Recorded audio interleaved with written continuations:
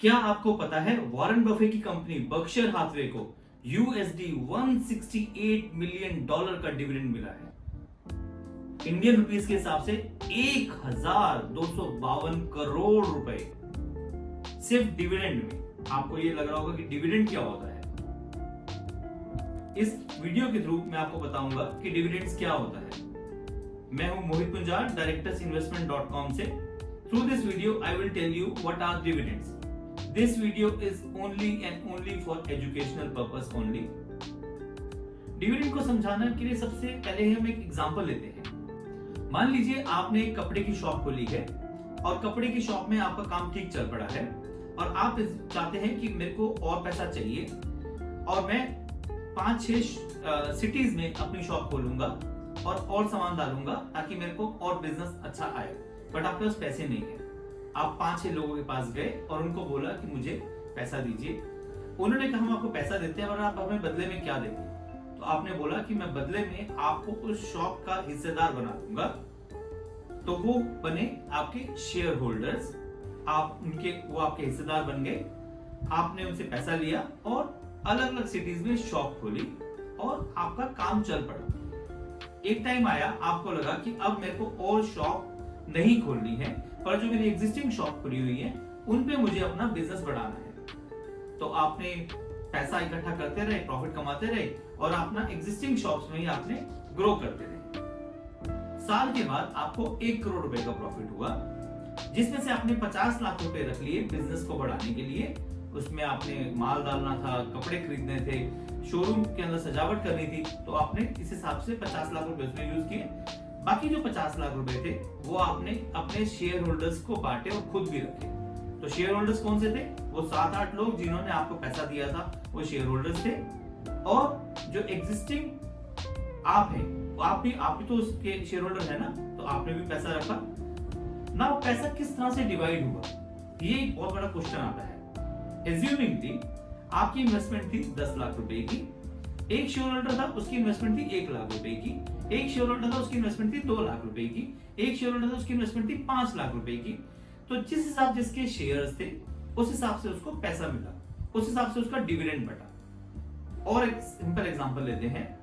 मान लीजिए XYZ एक कंपनी है, कंपनी को 100 करोड़ का प्रॉफिट हुआ है। कंपनी कहती है कि मुझे प्रॉफिट ही आपको बांटना है, मुझे अपने एक्सपेंशन के लिए पैसा नहीं चाहिए। 10 रुपए पर शेयर के हिसाब से मैं डिविडेंड दूंगी। तो मेरे पास 10,000 शेयर्स हैं, तो एक शेयर पे 10 रुपए, तो 10,000 इंटू 10 मुझे कितने रुपए मिले? 1 लाख रुपए। आपके पास 20,000 शेयर्स है, तो 20,000 इंटू 10 तो आपको कितने रुपए मिले? 2 लाख रुपए। ये आपकी इनकम का पार्ट है। प्लीज समझिए, ये आपको शेयर्स नहीं बेचने हैं। आपके शेयर्स आपके पास हैं, वो आपको तब जिस दिन आप बेचोगे उस दिन आपको उसका रेट मिलेगा। ये सिर्फ प्रॉफिट है, ये प्रॉफिट आपका हिस्सा है। ये कंपनी ने प्रॉफिट कमाया, मेहनत की, उसने प्रॉफिट कमाया, पर आपका जो हिस्सा था ये आपको मिला। ये आपका हिस्सा है, आपका प्रॉफिट है, ये कहीं नहीं जाएगा। डिविडेंड कौन डिसाइड करता है? ये भी तो क्वेश्चन आएगा ना कि डिविडेंड कौन डिसाइड करता है? डिविडेंड डिसाइड करता है कंपनी के directors and the management committee. वो डिसाइड करते हैं कि कितना डिविडेंड देना है। मैंने अभी बोला कि 10 रुपए, तो 10 रुपए कौन डिसाइड करेगा? मैंने अभी डिसाइड किया, मैंने अभी आपको बोला कि 100 करोड़ रुपए का डिविडेंड वो दे रहे हैं। तो कंपनी ने डिसाइड किया ना कि मैं 100 करोड़ रुपए मैंने कमाया या मैंने 200 करोड़ रुपए कमाया, उसमें से 100 करोड़ रुपए मैंने बांटा और 100 करोड़ रुपए मैंने नहीं बांटा। तो ये कौन डिसाइड करता है? ये कंपनी डिसाइड करती है। अब क्वेश्चन आता है टैक्सेशन का, कि आप टैक्सेशन कितना देंगे डिविडेंड जो आपको आएगा। अभी सेम एग्जांपल लेके चलते हैं। तो 1 लाख रुपए मुझे मिला, 2 लाख रुपए आपको मिला, तो ये आपकी इनकम का पार्ट हो गया। तो जो भी आपका इनकम स्लैब है उसके अंदर ये ऐड हो जाएगा। फाइनेंशियल ईयर 20-21 से ये प्रोविजन आया है कि ये आपका इनकम का पार्ट हो गया है। जो भी डिविडेंड आपको मिला था, मान लीजिए 1 लाख रुपए का डिविडेंड मिला या 2 लाख रुपए का डिविडेंड मिला, उसमें आपको टीडीएस कटेगा। तो मेरे को अगर पैसा मिला 1 लाख रुपए, तो उसमें से 10% टीडीएस कटेगा और मुझे 90,000 रुपए मेरे अकाउंट में आए। हाँ, वो 10,000 रुपए टीडीएस कटा है, तो आप वो क्लेम कर सकते हैं जब आप अपनी रिटर्न फाइल करेंगे। डिविडेंड ये ध्यान रखिए कि किसे मिलता है? जिसके पास शेयर्स होते हैं कंपनी के।